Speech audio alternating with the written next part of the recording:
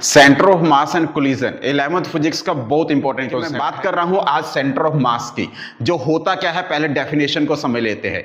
देखिए, हर एक ऑब्जेक्ट का पूरा मास किसी ना किसी पॉइंट पर कॉन्सेंट्रेट होता है।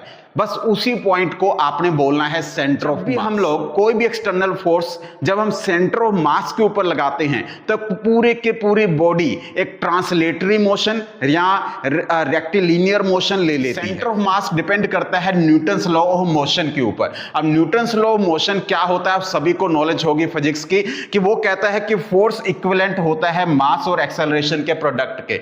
यानी कि जब भी हम लोग एक्सेलरेशन निकालेंगे तो फोर्स डिवाइड बाय एम के इक्विवेलेंट होगा।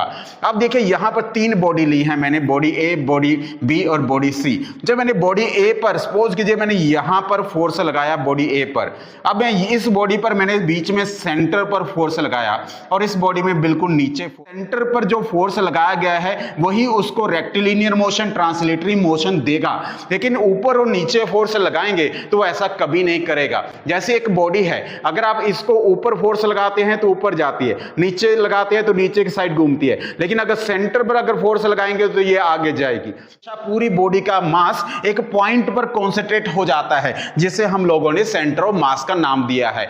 ये कहानियां सेंटर ऑफ मास की आज की नहीं है। ये गोवर्धन जो पर्वत थे, जो श्री कृष्णा ने ऊपर उठाया, उनको भी पता था। इस वजह से उन्होंने एक ही फिंगर से सेंटर ऑफ मास को के ऊपर फोर्स लगाया और उसको ऊपर कर दिया। अब इस बात से तो आप रिलेट कर सकते हैं, आज की फिजिक्स में सेंटर ऑफ मास उनको भी पता था और आज आपको भी पता लग गया हो। चाहे किसी रिंग का हो, चाहे स्फेरिकल शेप का हो, या किसी डिस्क का हो, या किसी भी सिलेंड्रिकल शेप का हो, हमेशा एक पॉइंट पर वो कॉन्सेंट्रेट होता है। कहीं ना कहीं वो सेंटर ऑफ मास बना होता है, एक पॉइंट पर सेंटर ऑफ मास होता है। अगर कोई भी मैसिव ऑब्जेक्ट है, बड़ा ऑब्जेक्ट है और एक छोटा ऑब्जेक्ट है, तो इन दोनों को अगर देखें तो जो सेंटर ऑफ मास होगा दोनों बॉडी का, तो वो हमेशा मैसिव ऑब्जेक्ट, जो बड़ा ऑब्जेक्ट होगा, उसकी साइड में कहीं ना कहीं पर ज्यादा होगा, उसी की साइड में होगा।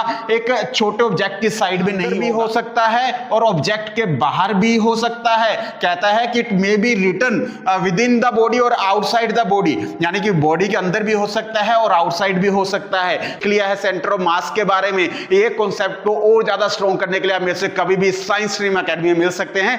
Thank you very much, all the best, जय माता दी।